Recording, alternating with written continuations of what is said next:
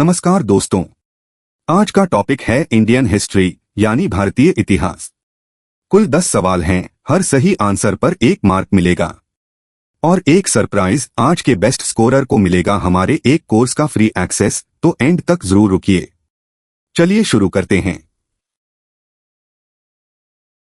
अब आता है सवाल नंबर 1। अमेरिकन सिविल वॉर के दौरान किस वर्ष तक ब्रिटेन में 90% से अधिक कॉटन इंपोर्ट्स इंडिया से आते थे?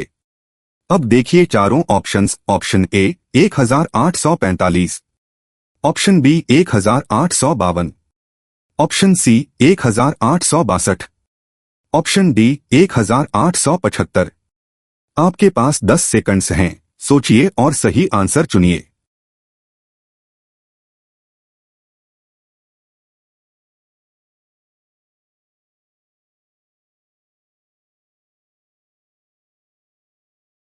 तो इसका करेक्ट आंसर है ऑप्शन सी यानी 1862।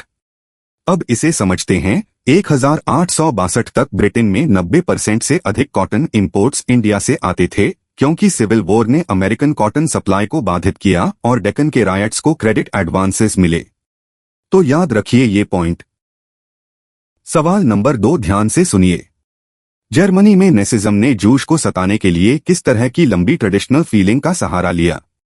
अब देखिए चारों options. Option A anti colonial feeling, option B anti Jewish feeling, option C anti democratic feeling, option D anti monarchy feeling. आपके पास 10 सेकंड्स हैं, सोचिए और सही आंसर चुनिए।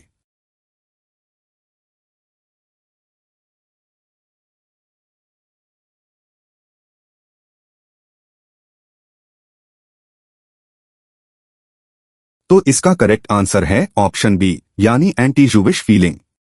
अब इसे समझते हैं। नेसिज्म ने जूश को सताने के लिए एंटी जूविश फीलिंग्स की लंबी परंपरा का सहारा लिया, माइनॉरिटीज के जीवन के अधिकार को नकारा और डेमोक्रेसी तथा सोशलिज्म के खिलाफ संघर्ष किया। तो याद रखिए ये पॉइंट।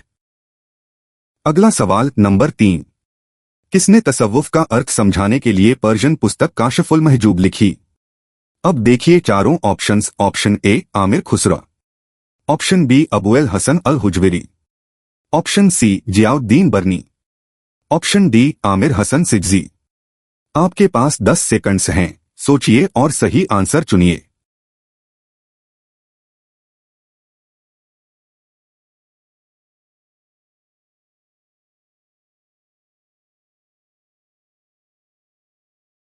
तो इसका करेक्ट आंसर है ऑप्शन बी यानी अबू अल हसन अल हुजविरी। अब इसे समझते हैं। 1039 में अबू अल हसन अल हुजविरी, जो गजनी के पास हुजवीर का निवासी था, लाहौर में बस गया और तसव्वुफ तथा सूफीज को समझाते हुए Kashful Mahjub unveiling of the veiled लिखी। तो याद रखिए ये पॉइंट। देखिए सवाल नंबर 4। हम्पी विजयनगर के चैप्टर में किस मंदिर का जिक्र है जिसके पुजारियों ने रुइंस के अध्ययन को कॉम्प्लीमेंट करने वाली जानकारी दी? अब देखिए चारों options. Option A Brihadeshwara temple, option B Virupaksha temple, option C Meenakshi temple, option D Konark temple. आपके पास 10 सेकंड्स हैं, सोचिए और सही आंसर चुनिए। और हाँ, अब तक आपने कितने आउट ऑफ 4 सही किए कमेंट सेक्शन में जरूर बताइए।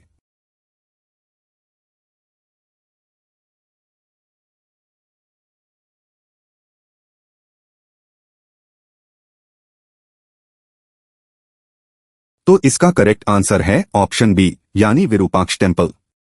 अब इसे समझते हैं। विरूपाक्ष टेम्पल के पुजारियों ने वह जानकारी दी जिसने पिछली 2 शताब्दियों में हम्पी के रुइंस के अध्ययन की मेथड्स को कॉम्प्लीमेंट किया। तो याद रखिए ये पॉइंट।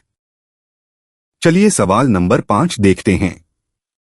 क्राफ्ट ट्रेडिशंस चैप्टर के अनुसार एंड प्रोडक्ट के अप्रोप्रिएट होने के लिए क्या आवश्यक है? अब देखिए चारों ऑप्शंस। ऑप्शन ए सरकारी रेगुलेशन, ऑप्शन बी क्लाइंट और क्राफ्ट्स पर्सन के बीच घनिष्ठ exchange, option C mass production techniques, option D विदेशी टेक्नोलॉजी। आपके पास 10 सेकंड्स हैं, सोचिए और सही आंसर चुनिए।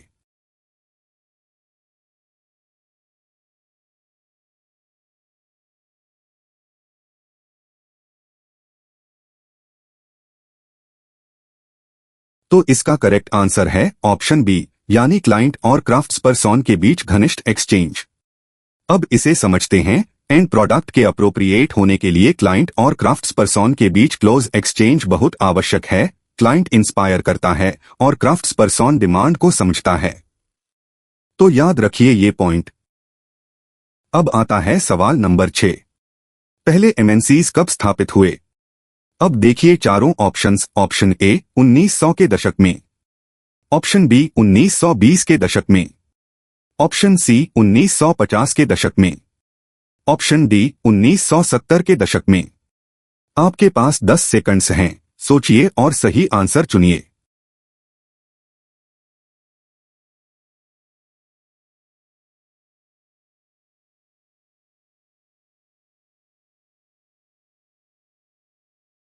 तो इसका करेक्ट आंसर है ऑप्शन बी, यानी 1920 के दशक में। अब इसे समझते हैं। पहले एमएनसीज 1920S में स्थापित हुए, 1950S और 1960S में, और कई बने जब यूएस बिजनेसेस वर्ल्ड वाइड फैले और वेस्टर्न यूरोप व जापान रिकवर हुए। तो याद रखिए ये पॉइंट। सवाल नंबर 7 ध्यान से सुनिए। 1870S में मदरलैंड के लिए भारत माता की इमेज हिम रूप में सबसे पहले किसने रची? अब देखिए चारों options. Option A Rabindranath Tagore, option B Bankim Chandra Chattopadhyay, option C Abanindranath Tagore, option D Aurobindo Ghosh. आपके पास 10 सेकंड्स हैं, सोचिए और सही आंसर चुनिए।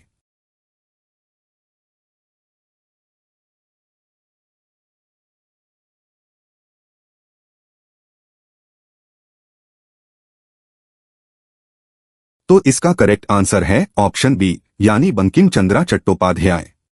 अब इसे समझते हैं। भारत माता की इमेज पहले बंकिम चंद्रा चट्टोपाध्याय ने रची। 1870S में उन्होंने मदरलैंड के लिए हिम रूप में वंदे मातरम लिखा, जो बाद में उनके नॉवल आनंद माथ में शामिल हुआ। तो याद रखिए ये पॉइंट। अगला सवाल नंबर 8। 16वीं सदी में वर्ल्ड इनकम में इंडिया का हिस्सा कितना था?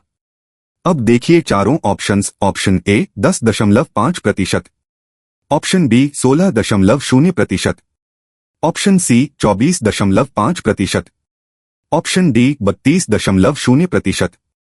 आपके पास 10 सेकंड्स हैं, सोचिए और सही आंसर चुनिए।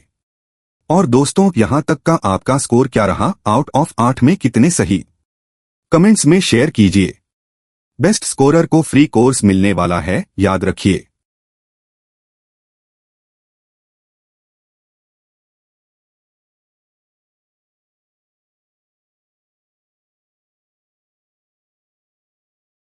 तो इसका करेक्ट आंसर है ऑप्शन सी, यानी 24.5%। अब इसे समझते हैं। 16वीं सदी में इंडिया का वर्ल्ड इनकम में 24.5% हिस्सा था। चाइना के बाद दुनिया का दूसरा सबसे बड़ा टेक्सटाइल्स, शुगर, स्पाइसेस, इंडिगो और कारपेट्स एक्सपोर्ट करते हुए। तो याद रखिए ये पॉइंट। देखिए सवाल नंबर 9।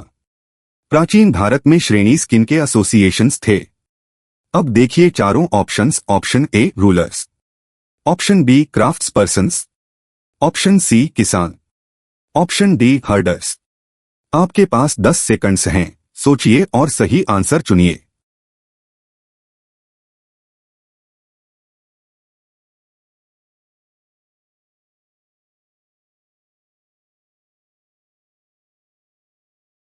तो इसका करेक्ट आंसर है ऑप्शन बी, यानी क्राफ्ट्स पर्सन्स।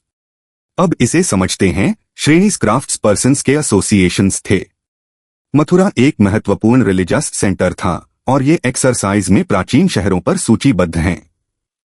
तो याद रखिए ये पॉइंट। चलिए सवाल नंबर 10 देखते हैं। में उल्लिखित बॉम्बे के विक्टोरिया टर्मिनस रेलवे स्टेशन का डिजाइन किसने किया? अब देखिए चारों options. Option A Edwin Lutyens, option B F.W. Stevens, option C Herbert Baker, option D Charles Mant. आपके पास 10 सेकंड्स हैं, सोचिए और सही आंसर चुनिए।